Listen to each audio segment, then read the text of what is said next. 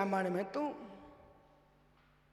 मित्र रावण की कन्या है सीता, तो कहीं राम सीता भाई भाई हैं, ऐसा भी लिखा है।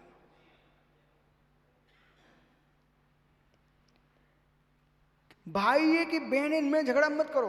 तुम तो ये देखो राम बलभद्र एक महापुरुष हैं, इसमें तो शंका नहीं कोई की। आइए ध्यान के माध्यम से निर्वाण होगा, ध्यान से निर्जरा होगी। इसके लिए कह रहे हैं ये महाव्रत और जितने सूत्र हैं इस चित्त को शांत करने के लिए, विपिन सागर जी चित्त को शांत करने के लिए हैं। वो चित्र यदि शांत नहीं हुआ, किंचित मात्र भी विक्षिप्त है, तो ध्यान नहीं लग सकता।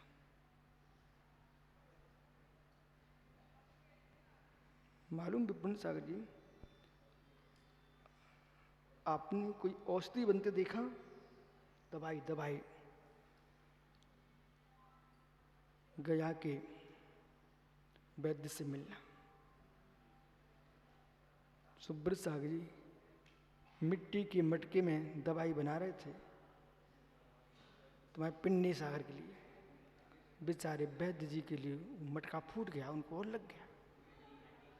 आइए अब विषय पकड़िए। मैं देखो बहुत एक विषय सुन, माँ आप सब ज्ञानी हो, थोड़ी देर के लिए आप मेरे साथ हो जाओ,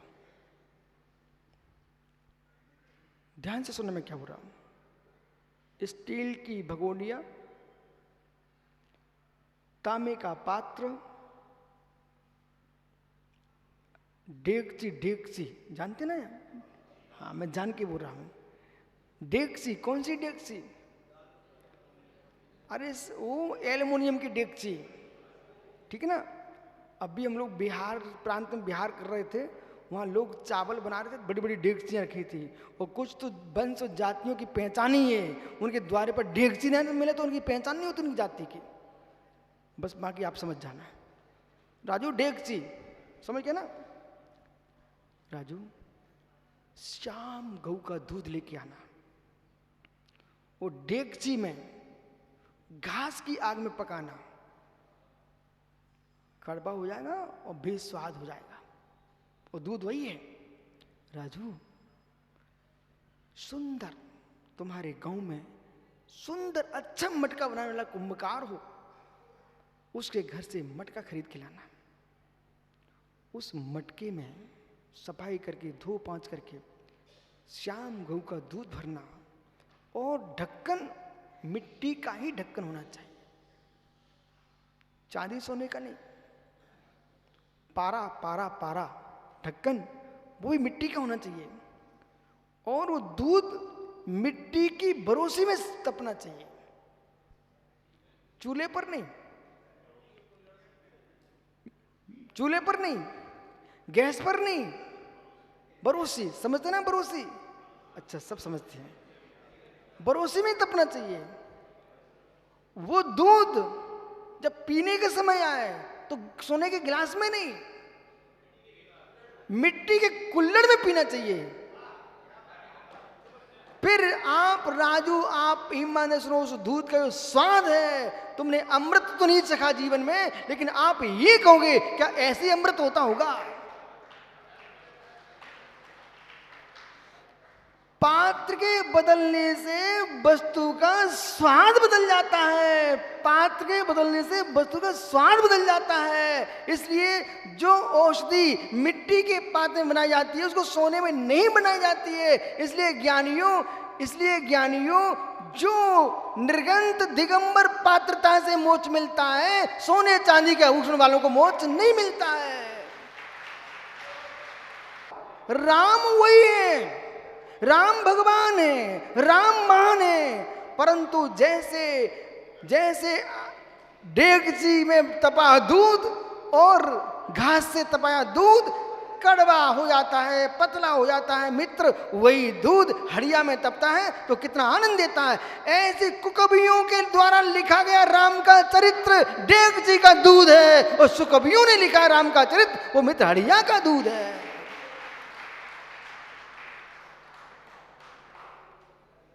श्रेयस, ऐसे निर्भीक होके बोलोगे तो सारे श्रोता तेरे हो जाएंगे।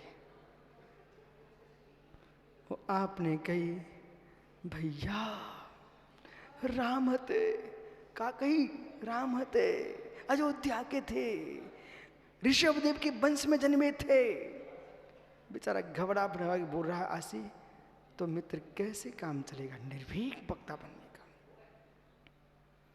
वक्ता निर्भीक वो हो सकता है जो उनका चारित्र विशुद्ध हो और पैसे के लोभ से शून्य हो। और जहां दीपक सेठ ने खरीद लिया वक्ता को, वे वक्ता आगम नहीं बोल पाएंगे। दूसरों सागरी बेचना नहीं कभी। इस जगत के पंथ वाले साधुओं को भी खरीदने की चेष्टा करते हैं। आपको मालूम, मेरे साथ आप बहुत दिन रहे हो, कितने कितने प्रकार के लोग आपके सामने आए हैं मेरे पास। दीपक भैया, ऐसे ऐसे लोग मेरे पास आए, बोले आप मेरे साथ हो जाओ, हम आपको सोने के सिंहासन बिठाएंगे। एक मेरे पास आए, स्वामी आपको आपकी मुझे ज़रूरत है। मैंने धीरे से कह दिया, आपको मेरी ज़रूरत है ना, आप मेरे साथ हो जाइए, हमको तुम्हारी ज़रूरत नहीं है।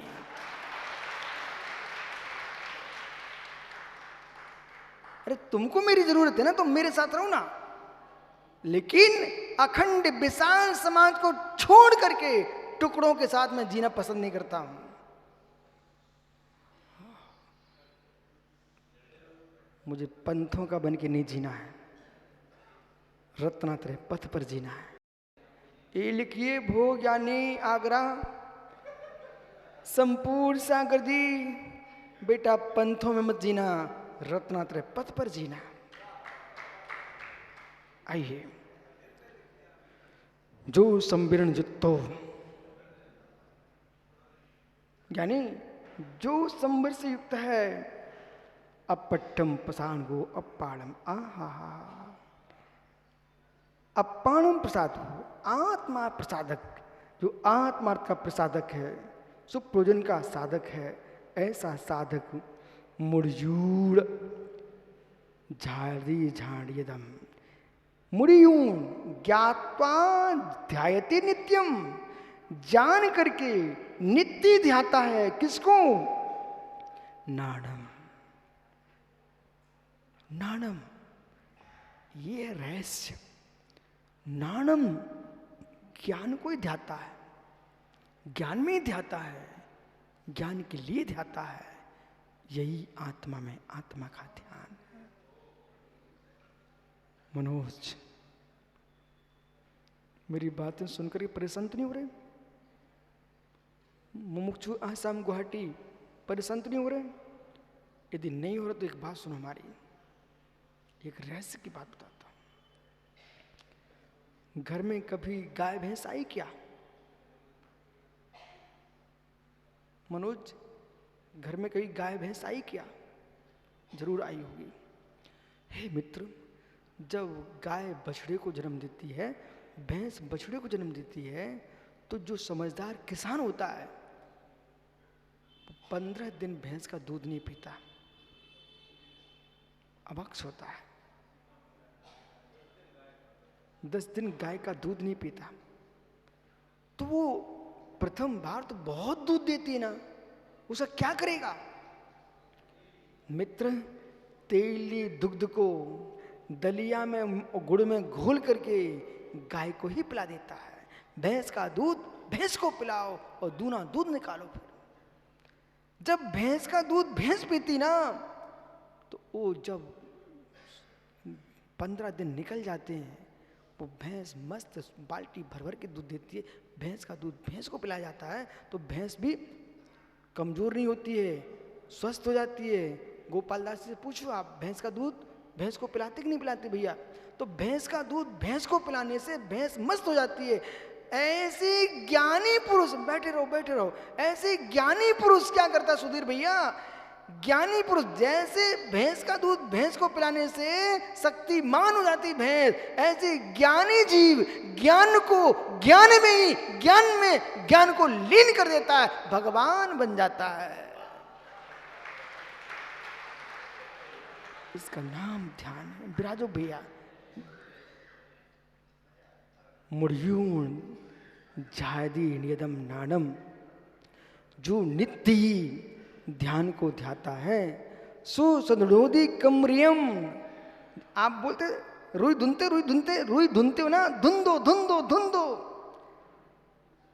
रजाई बन जाती है। ऐसे धुन दो यानी नष्ट कर दो, छे कर दो। ऐसे जो जीव, जो योगीश्वर अपने ज्ञान में ज्ञान को ध्याते हैं, वे कर्मों को धुन करके कर्म निर्जरा कर लेते हैं। ओहो, यो ही संवृण शुभाशु प्रणाम परम निरोधिना। जो संवर के द्वारा शुभ अशुभ प्रणाम का निरोध कर से युक्त होकर के परज्ञात वस्तु स्वरूपा, परज्ञात वस्तु स्वरूपा, आहा, वस्तु के स्वरूप को ज्ञान करके, वस्तु स्वरूप का ज्ञान नहीं हुआ ना, तो महात्माओं सारस्वती जी कुछ भी कर लो, वस्तु स्वरूप के ज्ञान के बिना तत्व का निर्णय नहीं है, और तत्व के निर्णय के बिना श्रद्धा नहीं है, श्रद्धा के बिना सम्यक नहीं है, सम्यक में न ज्ञान न चारित्र, और जिसके पास दर्शन ज्ञान चारित्र नहीं है वो संसार मार्गे मोक्ष मार्गी नहीं है। इसलिए परज्ञात वस्तु स्वरूपा, ग्रंथ देखो निर्ग्रंथो ग्रंथ देखो, परज्ञात वस्तु स्वरूपा, वस्तु स्वरूप को जान करके पर प्रयोजनेभ्यो व्यावृत बुद्धि। आहा, सुब्रसाद लिखा तुमने शब्द एक, आज ही लिखा होगा क्या? पर प्रयोजन। सुनो सरस्वती जी, ये सुनना नहीं है, इस पर जीना है आपको, और आपको मात्र नहीं, जितने निर्गन तपोधन यहां विराजे सबको इस पर जीना है। क्या? पर प्रयोजन व्यावृत बुद्धि, पर प्रयोजन से है व्यावृत बुद्धि। देख लो ये लिखा है, पर प्रयोजन से व्यावृत बुद्धि। अब संपूर्ण सागर है, इस कमरे में क्या हो रहा है, उस कमरे में क्या हो रहा है, वे क्या कर रहे हैं, ये क्या कर रहे हैं, अरे यशोधर सागर करने क्या है, पर प्रयोजन व्यावृत वृत्ति। अपनुत वे क्या कर रहे हैं, वे क्या कर रहे हैं, किनके ऊपर बोल रहे हैं, अरे क्या बोल रहे हैं, पर प्रयोजन व्यावृत बुद्धि।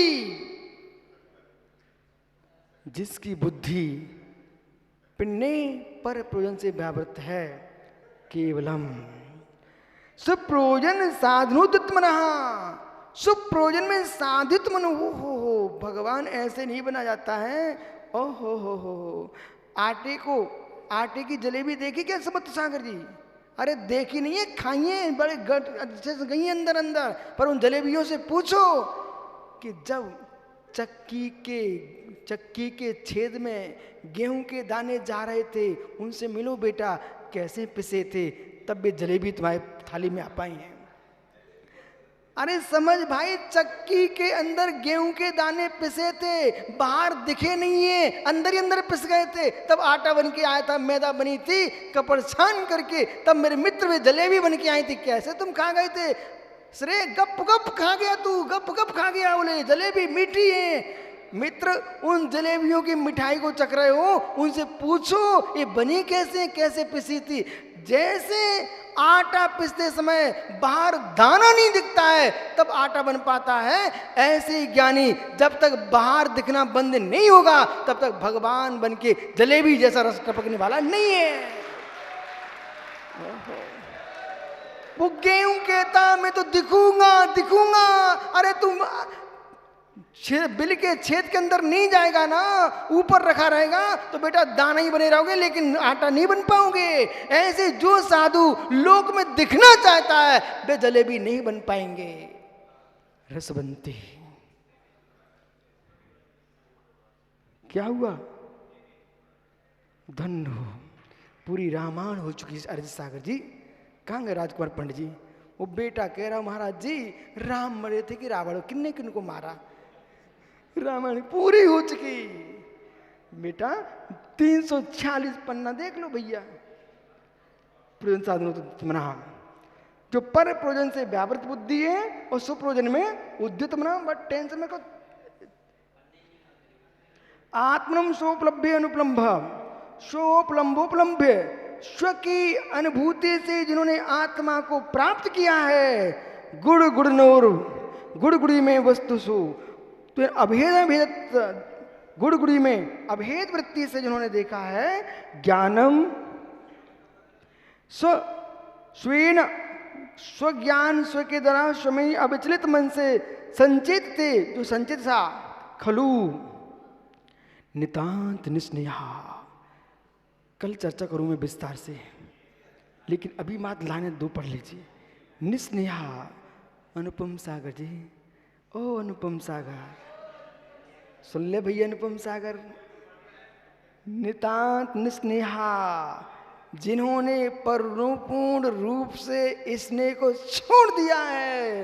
दीपक पाटनी जी, सरसों के दाने कोलू में क्यों पिलते हैं? जल्दी बोलो, मेरे पास समय नहीं बचा। मित्र, सरसों के दाने कोलू में क्यों पिलते हैं? वो ज्ञानी बंबई राजस्थानी भाई, राजेश बंबई, कोलू के दाने स्पेलर में क्यों पिलते हैं? समय नहीं, जल्दी बोलो।